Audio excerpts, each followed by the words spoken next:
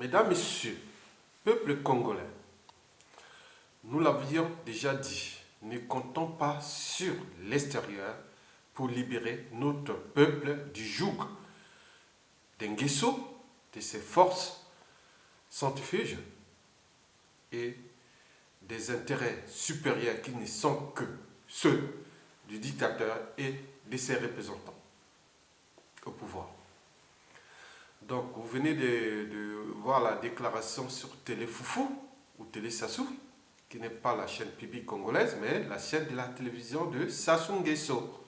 Comme si c'est lui qui avait créé cette chaîne et qu'après son départ, il n'y aura plus cette chaîne. Soit qu'il veut les léguer à ses enfants, alors que c'est la télévision publique congolaise.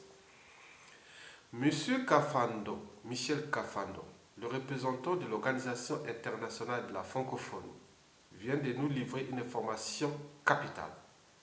Que selon lui, tout va bien au Congo. Le Congo est une démocratie. Les opposants, les candidats, ne sont pas empêchés d'intervenir dans les médias. Il n'y a pas de nuisances ou de perturbations sur ces candidats. Donc, les problèmes de transport, de circulation, autres qu'on connaît. Et Kamukoko est une illustration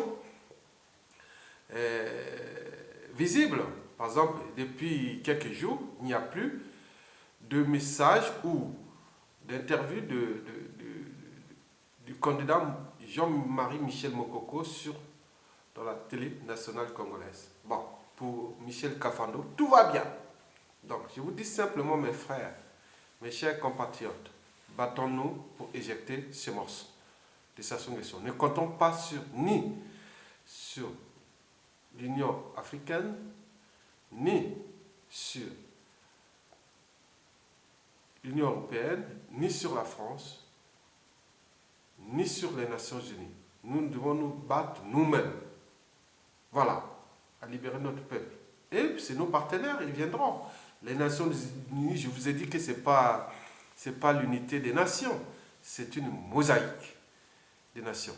Et chacun avec ses intérêts. Et aussi, elle est aussi dirigée par des puissances économiques qui ont des intérêts qui ne sont pas ceux des peuples, mais de ceux qui sont au pouvoir.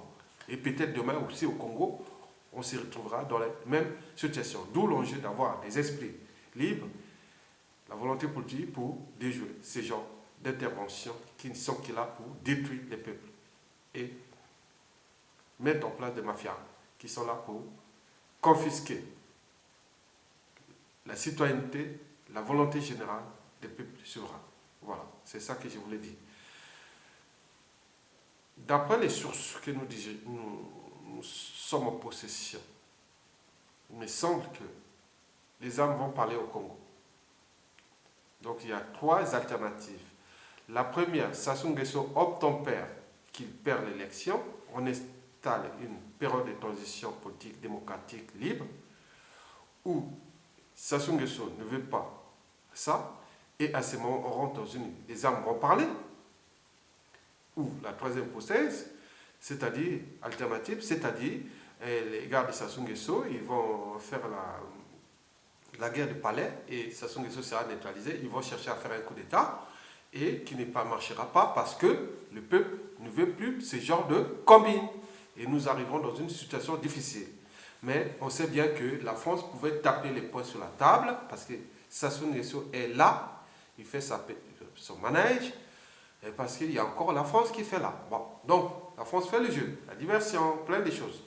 Mais il ne sait même pas qu'il est en train de détruire ses propres intérêts supérieurs au Congo aussi, dans la sous-région, dans les 5, 10, 20 prochaines années. Donc, c'est à elle comme l'avait dit Albert Einstein, la vie c'est comme un bicyclette. Pour garder l'équilibre, il faut toujours avancer.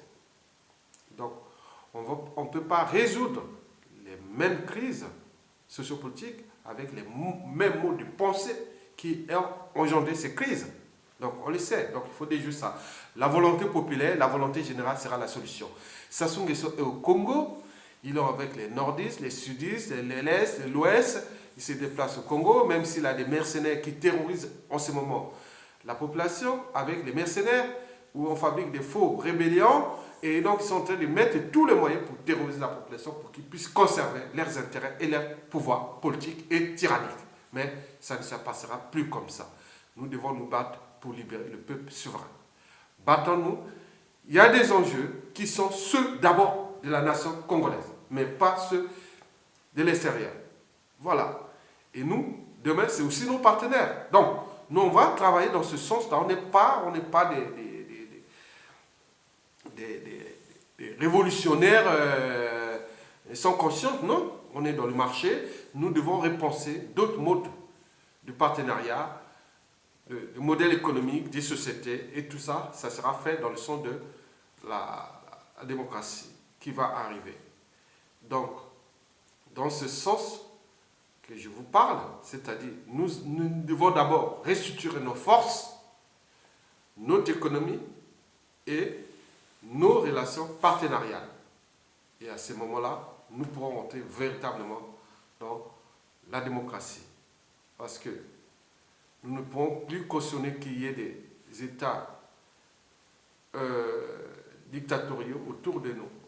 Donc, ceux qui veulent être les amis du Congo dans la sous-région seront individuellement et collectivement invités à devenir des États démocratiques. Et nous pouvons réformer le peuple bantou qui est en grande partie animiste et chrétien. Voilà, c'est tout. Voilà, rien à faire. Je vous remercie.